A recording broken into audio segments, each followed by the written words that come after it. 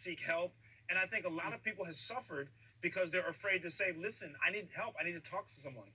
Absolutely, absolutely. It has certainly been taboo in the communities of color, and so now that it's become far more of a talking point, of a narrative, social media I think has helped that tremendously. The idea of checking on each other, because we have unfortunately lost people to suicide. We have lost people to that sense of I want to give up. I did a chat recently with Ambassador Andrew Young, and the living legend said, quitting is death. Mm. And so for me, quitting life is obviously and quite literally a death.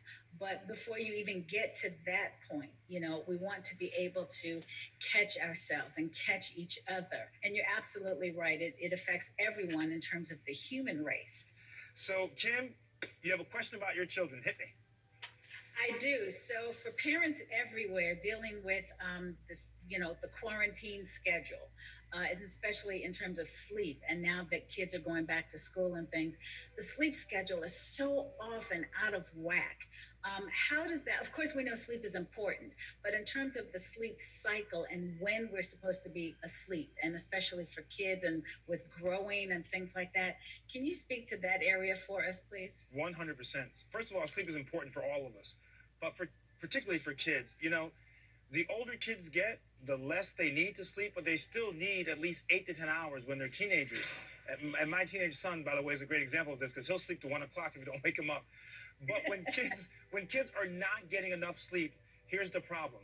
Our body releases HGH, human growth hormone, while we're asleep.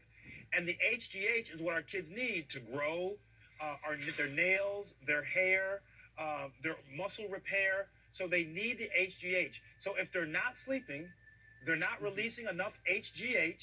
If they don't release enough HGH, they tend to be shorter. They enter puberty a little later. And they really sometimes actually can be predisposed for obesity, studies have shown.